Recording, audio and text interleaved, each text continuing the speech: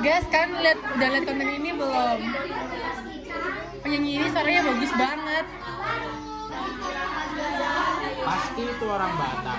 Orang Batak kan jago nyanyi. Tapi kalau seni, Apa yang membuat seseorang rela mengorbankan waktunya untuk mengajar? Jawabannya adalah panggilan kemanusiaan, panggilan sila kedua. Itu adalah sikap tenggang rasa, sebuah rasa yang tak tega melihat ada anak bangsa yang tertinggal. Tenggang rasa yang mengubah empati menjadi aksi nyata, hadir dan berbagi ilmu. kopi baik satu bu, jangan dikasih gula, soalnya saya udah manis. Mereka suka memberi pertolongan, tapi pertolongan yang membebaskan. Dengan mengajar, mereka memberikan kail, bukan ikan, memberikan ilmu agar generasi baru itu kelak dapat berdiri sendiri. Inilah pengorbanan yang paling mulia, mengamalkan tenggang rasa untuk menciptakan kemandirian.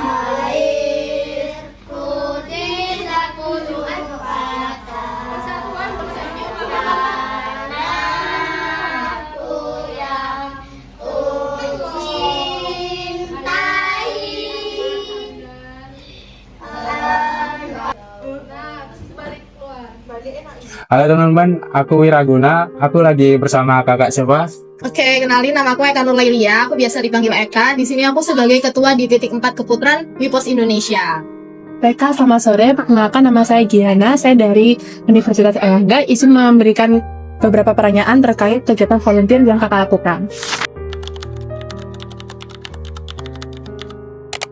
Jadi menurutku sendiri relawan itu kan ibaratnya kita volunteer ya. Ibaratnya di sini kita tuh sebagai jembatan antara kita sebagai Gen Z terhadap masyarakat. Jadi kita kan emang langsung turun terjun ke masyarakat buat menyelesaikan masalah yang ada kan. Kalau misalkan di Wipos ini kan lebih ke pendidikannya anak marginal, dimana itu mungkin kurang mendapatkan perhatian dari pemerintah setempat atau kayak masyarakat luar gitu kan. Makanya kita di sini turun sebagai volunteer sebagai bentuk memberikan jawaban lah atas permasalahan yang ada. Jadi menurutku itu juga termasuk dalam upaya bela negara ya, karena kita di sini berarti ikut serta lah untuk membangun masa depan anak-anak bangsa ini. Jadi ibaratnya anak-anak yang mungkin gak bisa mendapatkan pendidikan yang layak, itu kita bisa mengajarkan mereka kayak gitu lewat Wipos ini, kayak gitu sih Kak.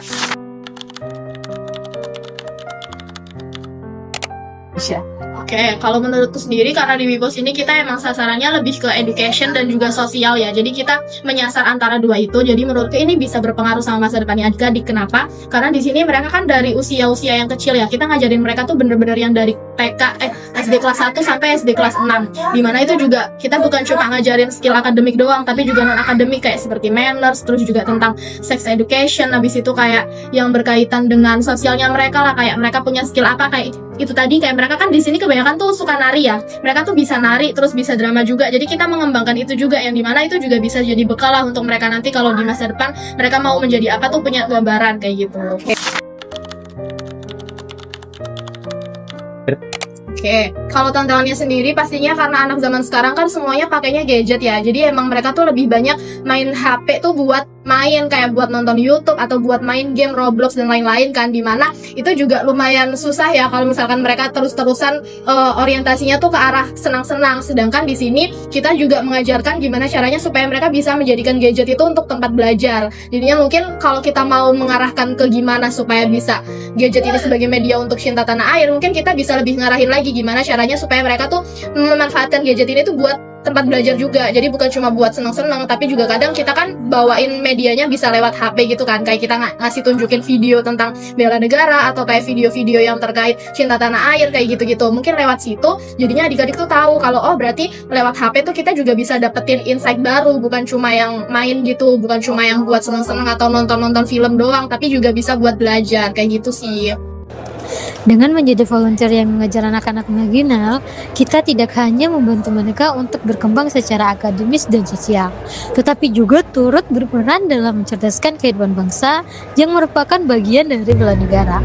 Melalui kegiatan ini, kita menanamkan nilai-nilai kemandirian, semangat belajar, dan empati sejak dini.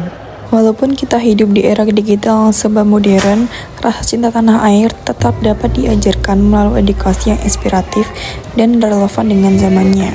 Dengan begitu, generasi muda tidak hanya cerdas secara intelektual, tetapi juga memiliki karakter kuat dan kepedulian terhadap bangsanya.